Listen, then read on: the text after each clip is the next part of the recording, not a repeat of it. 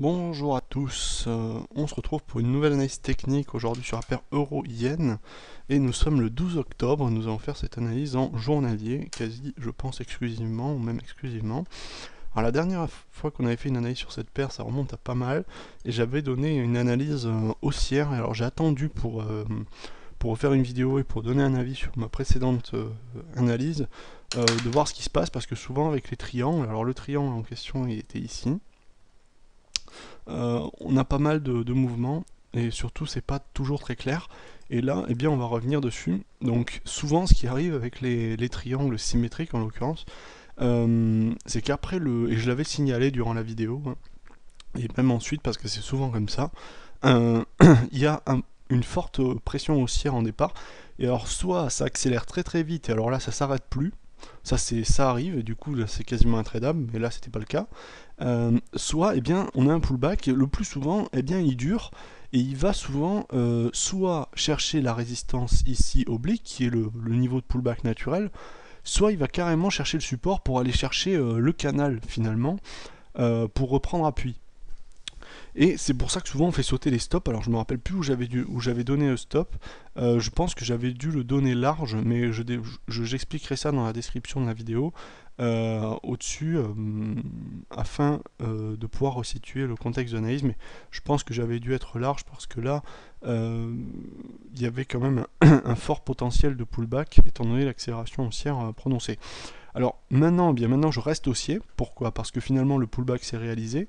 Ici, on a la réalisation du pullback finalement au croisement des deux droites, au niveau où elles se coupent ici, avec vraiment un rebond significatif. Alors pourquoi significatif? Premièrement, c'est parce que sur les droites, au contact, on a eu des bougies d'hésitation, après une baisse, disons, un petit peu chaotique.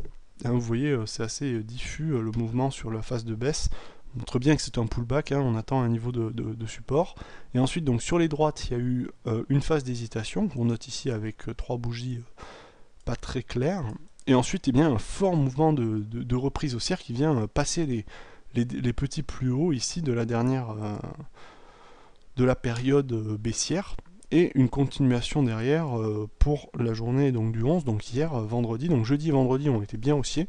Donc à mon avis, pour la semaine prochaine, on va démarrer haussier. Avec cette reprise de fin de semaine, ça me paraît possible, à part s'il y a des news particulièrement défavorables sur l'euro ou en faveur du yen, pardon. Enfin, dans les deux cas, dans un sens ou dans un autre. Voilà. Donc, mon analyse, elle reste haussière. Surtout que maintenant, on est parti sur une phase de canal. Vous voyez, hein, on est sorti finalement. On a le. Je vais colorer les. Ah mince. Voilà, il faut double-cliquer. J'ai coloré les droites du triangle. Ici, on a le triangle. Et en fait, le support du triangle va aussi faire support d'un canal qui est en train de se dessiner ici, par ces deux droites. Et donc, je suis aussi sur l'euro-yen de la même façon que sur ma dernière analyse. Donc, en reprenant un objectif ici, donc là, on va le tracer, je pense, dans le creux, afin qu'on ait un peu plus de précision, puisque maintenant on a le niveau du pullback, c'est plus clair, que je donnerai, oh pardon, on va diminuer l'échelle, autour de 139,3. Donc, est-ce que, bon, ça correspond globalement ici à une zone de plus haut assez homogène, que vous voyez, on pourrait regarder ça en weekly, mais bon, on voit globalement, sommairement, ici, on a une zone avec des plus hauts situés entre 1,39 et 1,38. Globalement, ouais, voilà, c'est ça.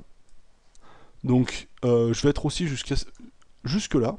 Ça me paraît envisageable, même si dans un premier temps, et si ça se fait, là c'est pas parti pour se faire en grande accélération, je ne pense pas, même si c'est possible, hein, ça peut arriver, on n'en sait rien. Mais là, à mon avis, on est plutôt parti sur un scénario de tendance en range, avec une reprise, disons, plutôt lente, enfin pas lente, mais disons cadencée si vous voulez, on va avoir des phases, des vagues haussières, on en a déjà eu deux ici dans ce canal, on devrait en avoir une troisième. Normalement il n'y en a que trois, mais peut-être qu'elle peut être rapide, ça peut aller plus loin. En tout cas moi je me fie aux objectifs du triangle qui nous donnent au-dessus de 139, mais je pense qu'on va jouer la prudence en donnant 138 pour rester en dessous des plus hauts. Donc sur cette analyse, je suis haussier. Alors on pourrait me dire, bon ici finalement on a une sorte de grand range, peut-être que finalement c'est des débordements, on va pas passer. Toutefois on a quand même... on a franchissement ici quand même de... C'est pas vraiment le niveau ici de 133,5 qui est important, que je mets tout en haut ici. Ce niveau-là n'est pas forcément le plus intéressant. Ce qui est le plus important, c'est que le niveau ici, qui réunit pas mal de plus haut, ait été cassé, autour de 132 à peu près. Il y a pas mal de niveaux de plus haut qui ont été passés ici, et donc on est quand même plutôt dans une logique de breakout, je pense, que de débordement d'un range, parce que ça arrive, il y a des paires sur lesquelles on a l'impression que finalement ça c'est sorti, c'est bon, c'est gagné. Là pour moi on est vraiment dans le respect de la figure, et je pense que cette figure, que le cours va bien réaliser les objectifs donnés par cette figure, enfin au moins le sens. Donc haussier sur cette analyse 135, je pense qu'on va y aller, c'est-à-dire le dernier plus haut, mais je reste sur les objectifs, c'est-à-dire à 138.